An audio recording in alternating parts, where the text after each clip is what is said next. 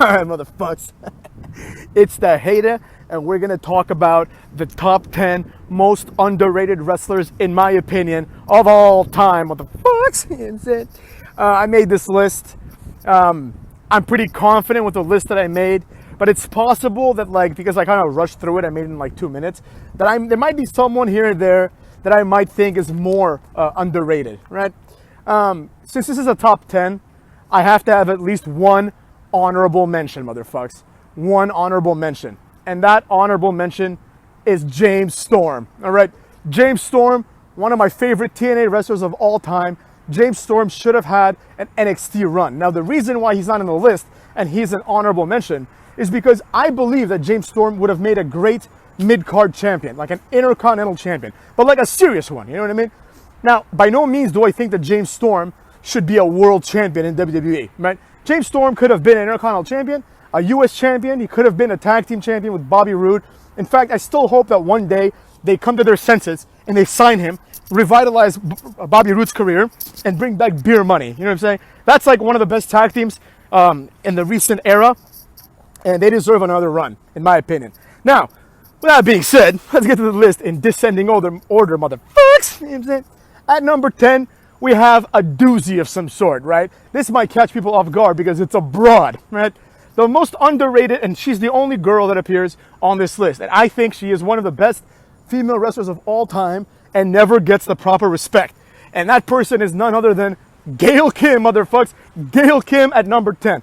Now, the reason why Gail Kim is great is because Gail Kim is by far the reason behind the women's revolution. Let's be real. Let's call it like it is, right? Before WWE decided to just manufacture this women's revolution, TNA, when they had the TNA women's title, the Knockouts Championship, when they introduced it, Gail Kim was easily like the matriarch of TNA and women's wrestling, right? By far. She was the one that was there the longest, and she was there as a valet, and she would help people like America's Most Wanted and other teams. She would help them by interfering in matches, much like Candice LeRae does now with Johnny Gargano, right? Except she's awesome. Gail Kim is great. Gail Kim was always a great wrestler. She's attractive. She was in WWE several times. I think she won her first WWE match, and it was like a battle royal, either for the women's title or to become number one contender. So she did become a one-time WWE women's champion. Her second run wasn't as great, but Gail Kim deserved so much more. Gail Kim, like, again, she's a decorated wrestler. She's successful as shit, but she's so underrated, right? Even like someone like Mickie James might come close, but the facts are like, I would say Mickie James is just as good as Gail Kim, but she's not underrated. Mickie James won the title at WrestleMania, so whereas Gail Kim did not. And as a result, I gotta give props to Gail Kim. Gail Kim is awesome. She should have been a multiple-time women's champion in WWE, but here we are, motherfucks. All right, number 9, another TNA talent. You know, don't worry, it's not all TNA people, motherfuckers, but it's a good one. Alex Shelley. All right, here's my rationale behind this. First of all, during the whole X Division era, right, when the new X Division people were coming up, right, like after like Low-Ki and Daniels and AJ Styles, the new ones, Alex Shelley always got the short end of the stick. As a matter of fact, I don't think he ever was X Division champion. And I always thought that they got it wrong. Like, he is the better one over Chris Sabin, in my opinion, right? Chris Sabin is good too, but Alex Shelley should have had at least one X Division title reign, and he should have had an opportunity to go to WWE. And I don't mean with Kushida jobbing to two jabrones from NXT UK, but you understand what I'm saying. Alex Shelley is awesome. Alex Shelley has good moves. He's someone that is fun to watch. And someone once said that if wrestling was real, Alex Shelley would wrestles like someone that would win. You know what I'm saying? Like, he has moves that make sense, and that he looks like someone that would be good at the sport if it were real. So Alex Shelley, always a place in my heart, motherfuckers. You know what I'm saying? Now, let's move on to number 8. This guy could have been higher. You know, a lot of these people could be higher than they are. It's just a matter of personal opinion. I think a lot of them have been held back substantially. Coming in at number 8, we have none other than the best Japanese wrestler to ever grace wrestling. That's right, motherfuckers. Tajiri. That's right. Tajiri, so underrated. I put Tajiri up there with Eddie Guerrero in terms of like charisma. Now, Eddie Guerrero could speak English, so obviously he had like the upper hand. But Tajiri had like, he was so funny, he was so charismatic, and he was so cool, right? I remember all the things that he did that were noteworthy, right? So, for example, his alliance with Akio and Sakota. Remember them motherfucks? Yeah? That was pretty cool. But more importantly than that, like him spitting the black mist on Nidia's face, right? The whole concept of him doing the mist was cool as shit. They didn't have that in WWE, so that was awesome. The tarantula. Did a move ever get a pop like the tarantula did? A submission move ever? It's also an illegal move, but you know what I mean, right? Huge pop. Everyone would go crazy for it, right? A nice swift kick finisher that made sense because he was a great kicker. He did a little handspring back, like the handspring back elbow thing, right? And more importantly, the best parts of Tajiri's career were his awkward relationship with Tori Wilson, which was hilarious and awesome, right? And he went from like this like weird guy that why would Tori, who's like super hot, like Tajiri, right? To like this abusive boyfriend. She would like wear the kimono or whatever. That was great. That was fucking awesome, right? That, and also, of course, his antics with William Regal. That was amazing. You know, when Tajiri pretended that he joined the Alliance and then revealed that he was still WWE strong, only for a few weeks later, Regal to defect to the Alliance, and Tajiri being like a true soldier. Tajiri was awesome. He won the U.S. title during that run, which was kind of a career highlight. I mean, I think his reigns as Cruiserweight Champion were the real career highlights, but nonetheless, like that was like the most prestigious belt that he won. And Tajiri should have been an Intercontinental Champion. Tajiri is the perfect example. I'm not saying Tajiri should be the world champion, but the fact that he was not an Intercontinental Champion, right, for a lengthy reign, and the fact that Kofi Kingston is a WWE champion, for example, is ridiculous, right? Tajiri is substantially better than Kofi Kingston at everything. Like, there's not one thing that Kofi Kingston is better at than Tajiri. I mean, I guess speaking English. But I would rather watch a Japanese Tajiri promo with his goofy facial expressions than a Kofi Kingston like, hoo, hoo, hoo, hoo, like that stupid shit promo, right? Kofi Kingston is garbage. Tajiri deserved so much better, you know what I'm saying? Kofi Kingston might be one of the most overrated wrestlers of all time. But Tajiri definitely is one of the most underrated wrestlers of all time. And despite that, he's only coming in at number 8. Now, that should tell you, motherfuckers, it's a good list. Number seven, Billy Gunn, all right? Billy Gunn. If there's ever been a wrestler that has had the whole package and yet has never become WWE champion, I cannot think of a better example than Billy Gunn. The only one that comes close is like a Matt Morgan type. And of course, Lashley, right? But there's still hope for Lashley. Like, that's just a mistake. And also, the whole Lashley situation is Lashley left WWE when he was red hot. And he would have invariably been WWE champion. And furthermore, Lashley was TNA champion several times. And Billy Gunn never was TNA champion either. So, Billy Gunn, he's like at least 6'5". He's always looked amazing. Even now, he looks amazing, right? He's a handsome guy. He's got a cool finisher, the Famouser, right? Which he does correctly, right? It's awesome. And sometimes when he jumps really high, it looks like an actual big-time finisher, right? He has been entertaining during all of his iterations. Even the one Billy Gunn was entertaining because he was presented as someone that is now going to become serious and become a winner. And he became Intercontinental Champion, but he deserved so much more. I'll never forget this promo. When Triple H first won the title, Billy Gunn came out and he was like, "You kept me close to you, Triple H, because you knew that if I was not your friend, I would be your enemy. And you would have to fight the Mr. Ass, Billy Gunn, right? And I would beat you up, right?" And Triple H won the match by cheating or whatever, right? But Billy Gunn was big, strong, good moves, athletic, charismatic. He had everything that one should have had. He should have had at least one run, right? At the very least, at the very minimum, the same way that like Mark Henry got a run, Billy Gunn should have had one too. You know, the fact that like Jeff Hardy, who I love, right? That Jeff Hardy became a multiple-time world champion, right? Would suggest to me that Billy Gunn should have been a world champion at least once, right? He should have had, I'm not saying he should have had a JBL type run, but he should have had a JBL type push initially, right? He should have had a moment where like, you know, if you have like a Hell in a Cell, let's say, like an Armageddon Hell in a Cell, or an Elimination Chamber, he should have been one of those guys there. Now, I know that's before his time, but nonetheless, he should have been champion at least once. Speaking of people that should have been champion multiple times, Kane comes in at number 6, motherfucks. Kane. But actually, before we move to Kane, let me also say this about Billy Gunn. Mr. Ass, all right? That's all you need to know. Mr. Ass, King of the Ring winner, great name, awesome guy. Now let's move on to Kane. Kane. I mean, Kane is a guy that was presented throughout much of his career as an equal to The Undertaker. Now, I understand that he wasn't booked that way, right? But for a long time, he was kind of booked that way. You know, he was beating up people, and he had like a very meaningless, WWE title run for like a day. And then he had, like, many years later, he had the World Heavyweight Championship title run, which was the best run of his career because he beat Undertaker clean several times. Furthermore, he was ECW champion, and he was always featured prominently as a main eventer. Like, any given year, there would be 1 or 2 pay-per-views where Kane was in the main event. You know, he was a legit main eventer. Now, he wasn't like The Rock and Stone Cold, but Kane was someone that would be in the main event all the time. You know, so as a result of that, I personally think that Kane should have been a multiple-time champion. Because he is, by far, the person, in my opinion, to have main evented the most pay-per-views and had the fewest title runs as a result. You know, Kane held all these records. Kane always was one step away from becoming the best, and he never made it. And that's fine, because I'm not saying Kane is the best, but Kane is one of the best big men. Kane was hilarious. Kane was charismatic, too, in his own way, like silent charisma. Like Kane telling The Rock, like, it doesn't matter what you think, and all that shit with the Hulk Hogan thing was awesome. And more importantly, Kane was jacked. It was believable that someone like Kane could beat anyone. Much more so than Undertaker, let's be real, right? At one point, Kane picked up the Big Show in like almost like a scoop slam type way, right?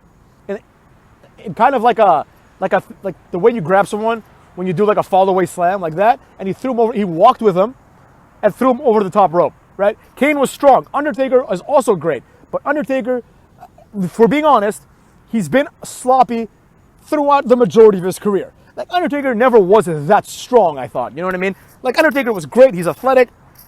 He's better than Kane. I'm not going to say Kane's better than Undertaker. Like, Undertaker's provided me with way greater moments. But let's be real. Like, Undertaker doing a chokeslam, you could tell.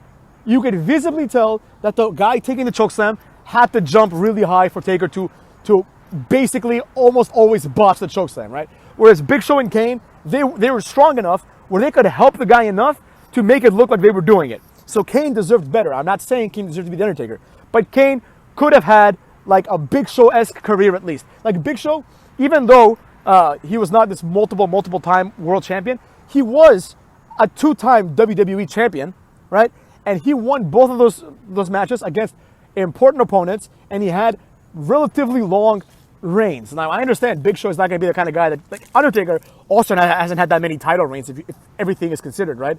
Like his legendary status is not measured in title reigns. Shawn Michaels, like, I would say the best parts of Shawn Michaels' career were like 2004 or whatever, and beyond, or whatever, like 2002, whenever he came back, right? And he was champion only once during those times, and he had the best matches of his career. So I get it, but let's be honest. Kane should have been champion one more time. Now, number 5, motherfucks. This is a little bit biased. At number 5, we have Christian. That's right, motherfuckers. The haters' favorite wrestler, Christian. And because Christian is one of my favorite wrestlers, I think he's criminally underrated. Christian is one of the best wrestlers ever, right? Christian never botched anything. He was always good in the ring. He had like an insanely high amount of charisma, and he was gold on the mic, right? Christian was awesome. He was a little small, and that's why he didn't get the push that he deserved. But other than being like small, quote unquote, I mean, right now he would be like, he's bigger than like almost everyone now, but you understand what I'm saying. Like, being what he was, he did become a 2-time World Heavyweight Champion and an ECW champion, but the heavyweight championship runs were very short and very shitty. However, Christian is great, and I cannot, normally I might put Christian up higher, but the fact is that he did become a 2-time world champion, right? And he has been integral in the company in various ways, right? But nonetheless, I think Christian deserves a lot of credit for his work in the TLC, his work with, as a tag team with Edge. And, like, you can argue that Edge is better than Christian, but you cannot argue that Edge is, like, 15 times better than Christian. Absolutely not. He might be a little bit better than Christian. I think he's worse, but you understand what I'm saying. So Christian comes in at number 5 because, in my opinion, Christian should have been the face of the company at some point. Like, not the John Cena, but the Randy Orton, like the heel face. You know, before he left for TNA, he was at the height of his career, and he was amazing. So there you go. Now we get to the top 4. These top 4 are the reason why I made this list. So these guys, I believe, are the most underrated wrestlers of all time. Coming in at number 4, this will surprise many people.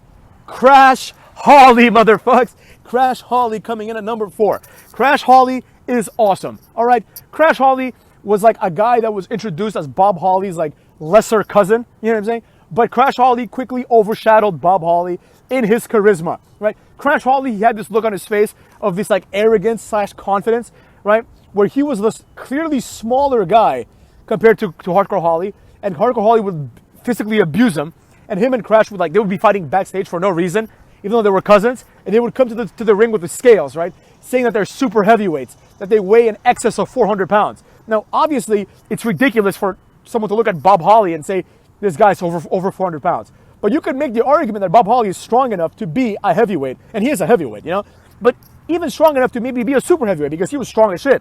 But Crash Holly is clearly a cruiserweight. You know what I'm saying? And him coming out and saying he's over 400 pounds with the scales was hilarious. Then everything else. I mean, like just him tagging with Hardcore Holly, his title run, his 24-hour hardcore title run, the 24/7 rule, which later spawned the 24/7 championship. That was all great. And this culminates, in my opinion, with Crash Holly in this one match. I think it was at Armageddon or at Backlash or something, right? It was like a 6-man hardcore scramble match, right? Where it was or maybe it wasn't, it was just a 6-man match, right? It was Hardcore Holly, Crash Holly, Taz, the Hardy Boys, and someone else, maybe Raven, And Crash Holly got his ass beat the whole match, and ultimately, someone hit Taz with a trash can or something, and Crash Holly just put his arm over Taz and won. And JR said, one of the most underrated JR calls ever. JR said, "We've seen a lot of tough men in this match, King, but perhaps none tougher than Crash Holly. Crash Holly should have been an Intercontinental Champion. He had a brief European title run, I think, a one-day title run. He beat Regal, then Regal beat him back, and he was always presented as a jobber. But Crash Holly was great, and a lot of people don't know. But the Styles Clash, which is a great move, is a Crash Holly original, motherfuckers. Look it up, bitches." Now we get to number 3. This person is a successful wrestler by every metric, but nonetheless, I believe that he is criminally underrated. At number 3, we have none other than King Booker. You understand what I'm saying? Now, I know you're thinking, King Booker had a very long and very memorable title run on SmackDown. However, King Booker never became the champion of Raw and never became the WWE champion, And that is unforgivable, motherfuckers.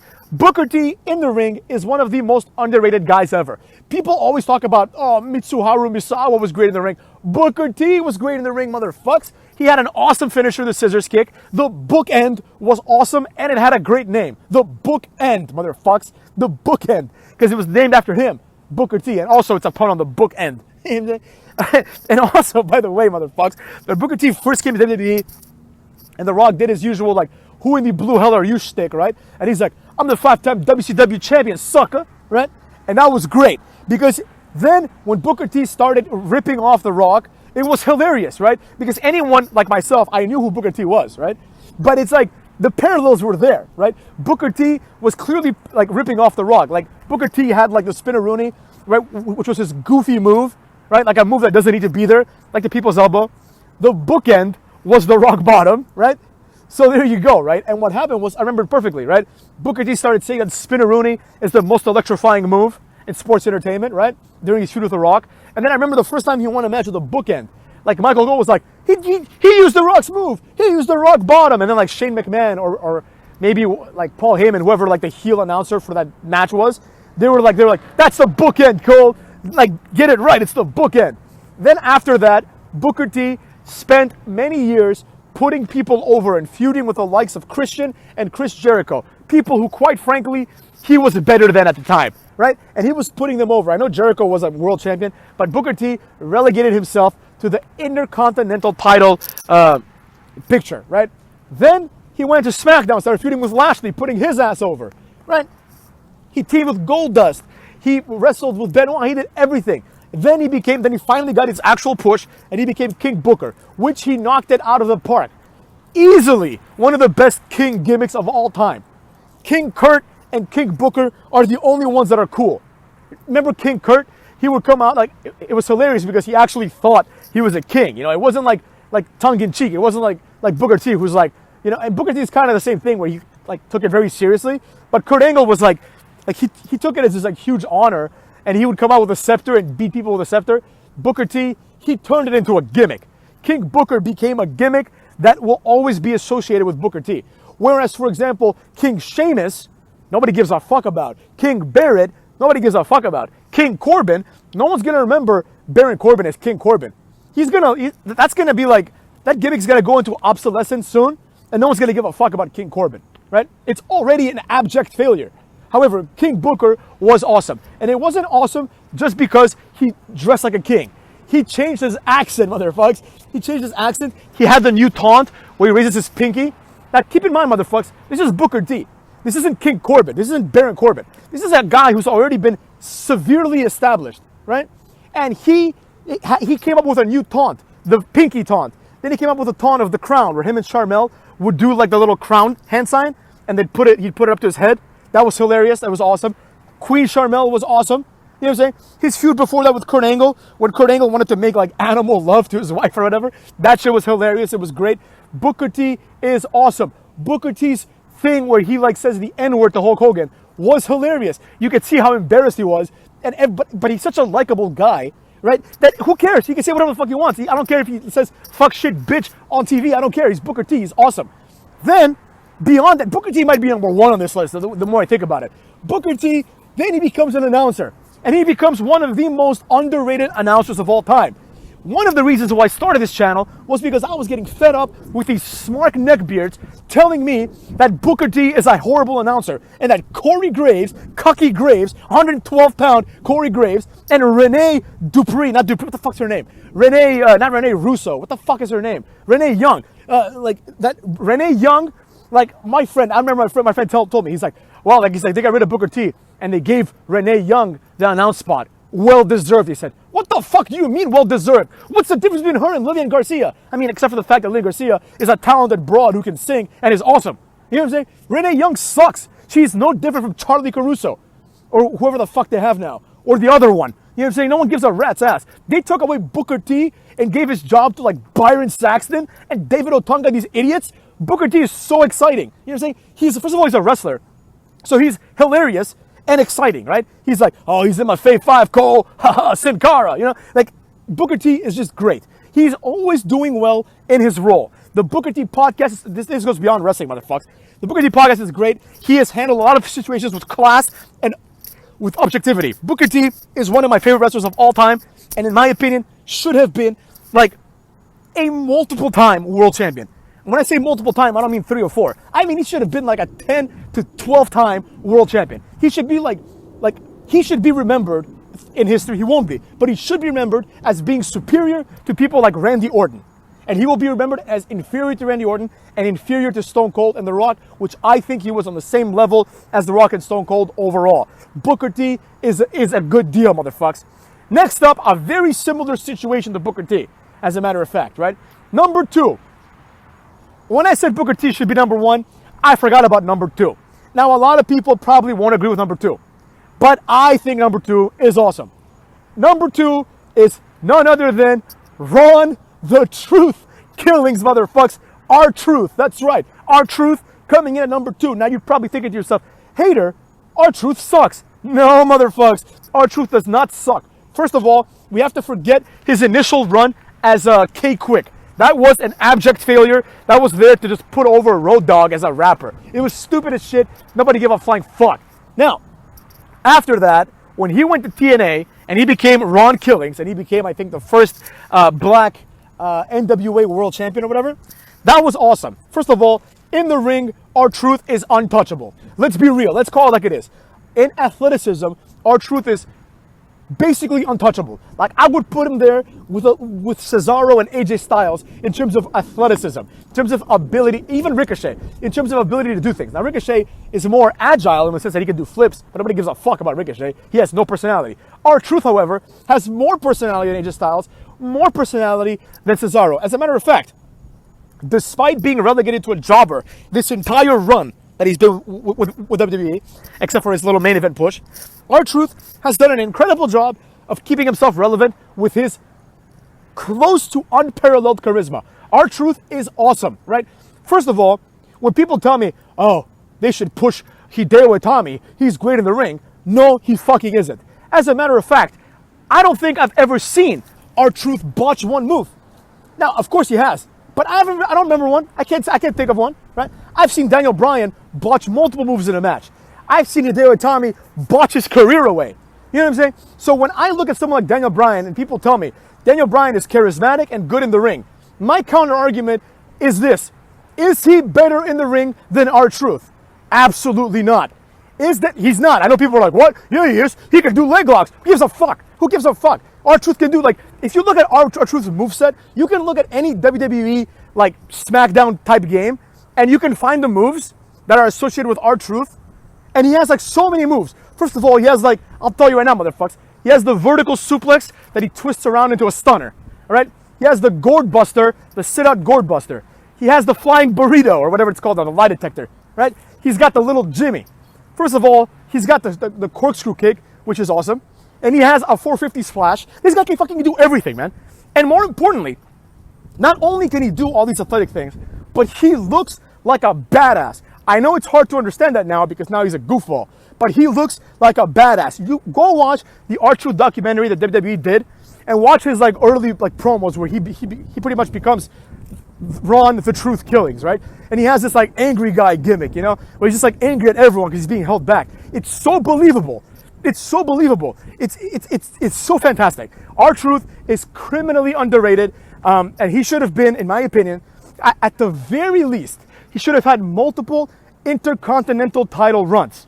You know, again, I have to compare him to a wrestler that I think is his inferior, but has gotten more. Kofi Kingston. In what way is Kofi Kingston better than R-Truth? There is not one way in which he's better than R-Truth. You could argue that Kofi Kingston is better than Tajiri because he speaks English and therefore he's, you know, he can resonate with the crowd more. But let's be real. Let's be real, motherfucks. You could have taken R-Truth and put him in the Kofi Kingston spot at WrestleMania. And not only would it have been better, but you would have had R-Truth being rewarded for everything that he's done. It would have been a much better story. It would have been a much better WrestleMania, and I would have enjoyed it myself. Think about it. In the ring, Kofi Kingston is not better than R-Truth. Kofi Kingston, who is very athletic, is nowhere near as athletic as R-Truth. Charisma, forget about it. R-Truth is like a 9 out of 10, maybe a 10 out of 10. Kofi Kingston is like a 1.5 out of 10. So it's not even close. In physique, R-Truth has one of the best physiques in the history of WWE. He has probably like arguably the most desirable physique. Like if you're a guy, you'd probably want to look, you would want like a Randy Orton or an R-Truth physique. You wouldn't necessarily want like a Brock Lesnar physique, right? You would want like an R-Truth level physique because he's jacked and he's cut as a bitch. So I do not see a scenario where Kofi Kingston is better than R-Truth at literally anything. Literally anything. He can, like, R-Truth can dance better. He can rap better. He looks better. He's a better athlete. He's more experienced in the ring. He's better in the ring. He's just superior to him in every way. And I know I'm beating up on Kofi Kingston a lot here, but I cannot get past the fact that Kofi Kingston has gotten what he's gotten, and people like R-Truth have not received the same kind of opportunities, right? Even Booker T, who is a champion, he didn't win it at WrestleMania, motherfuckers. You know what I'm saying? So there you go. And now that leads me to number one. This one I know will be controversial. I know that nobody thinks, probably no one is on the same page with me as far as number one goes, but hear me out, motherfuckers. Number one, Devon Dudley. That's right, motherfuckers. Devon comes in at number one. The reason why Devon comes in at number one is because, I might even say the Dudley boys, but specifically Devon, because Bully Ray is better than Devon. I'm not going to sit here and pretend. Bully Ray is better overall than Devon. And Devon, out of the whole list that I just read, Devon, you could argue, is the worst of these wrestlers, right? He might be the worst of, like, for example, no doubt about it, Booker T is a better wrestler than Devon, right? No doubt about it, R-Truth is a better wrestler than Devon. However, we're talking about being underrated. And the fact that out of all the tag teams that participated in TLC, that Devon is the only person there to never get any kind of singles push in WWE, because at least Bully Ray, he had a small singles push where he became hardcore champion, and he was feuding with Brock Lesnar for a little bit, and he was always like, you know, he was always like the Bubba Ray. He was always the Shawn Michaels, and Devon was the Marty Jannetty. Devon never got any opportunities, and that's why he's underrated. Consider what I'm saying, motherfucks. Consider what I'm saying. I often make the comparison that Kofi Kingston going to WrestleMania would be the equivalent of Devon going to WrestleMania. But guess what, motherfuckers? Devon never got that opportunity. And that's why he's criminally underrated. Again, I'm not saying Devon should win the Royal Rumble coming in at number 1 and become world champion. But Devon should have had a singles run. When tag teams break up, everyone basically gets a singles run. The only time they don't is when the tag team that breaks up where one guy retires. So for example, you have like Farouk and Bradshaw, right? You know what I'm saying? Farouk retires, Bradshaw gets the rub, right? In the Devon situation, Devon never got the opportunity. Never in WWE. In TNA, again, he was the second guy in Team 3D. And eventually, when Aces and Eights came, he finally got some single success, winning the television title in TNA. And I think he is one of the best television champions of TNA. He is the only one that I remember and that I like, right? I know Booker T had like the legend style or whatever, but it didn't matter. That title was bullshit back then. So that's what I gotta say about that, man. Devon, so underrated. Devon should have had at least like one Intercontinental title run. At least something, right? He had nothing, man. Nothing. They gave him the Reverend Devon gimmick, right? Which I thought was actually a pretty cool gimmick. I like the Reverend Devon. But nonetheless, he never got any kind of support. That's why he's underrated. That's why. I cannot think of anyone in a tag team, especially not in a tag team as successful as the Dudley Boys, being given nothing beyond that. Nothing, motherfuckers. So that's why Devon holds a special place in my heart as the most underrated wrestler ever. Devon was always solid in the ring. Devon arguably was better than Bubba Ray in the ring, right? Devon was just he wasn't the mouthpiece, but he was excited. He was incredible at his job, right? The Dudley Boys, if you put Farouk, let's say, and Bubba Ray, the Dudley Boys wouldn't exist. You needed Devon. He is an integral part of the best tag team of all time. Devon is criminally underrated. The reason why it's not Bubba Ray on this list is because ultimately, Bubba Ray became TNA World Champion twice. And he main evented Bound for Glory. And he was someone that through hard work, has put himself over. He's become amazing. And that's what I gotta say about that, motherfuckers. Devon, number one most underrated guy ever. You know what I'm saying? Devon got nothing, man. Nothing, motherfuckers. You know what I'm saying? His career was always tied to Bubba Ray. And even in the short period of time when he went as the Reverend Devon, they had to retcon it and correct course, basically, and put him back with Bubba. So that's what I gotta say about that. He deserved so much more. He never got it. And therefore, Devon is number 1, motherfuckers. This has been your list. Comment, like, subscribe, share, tweet, Twitch, shove it up your own asses. I don't give a fuck. But anyways, that's what I gotta say about that, motherfuckers. Thanks for listening, bitch.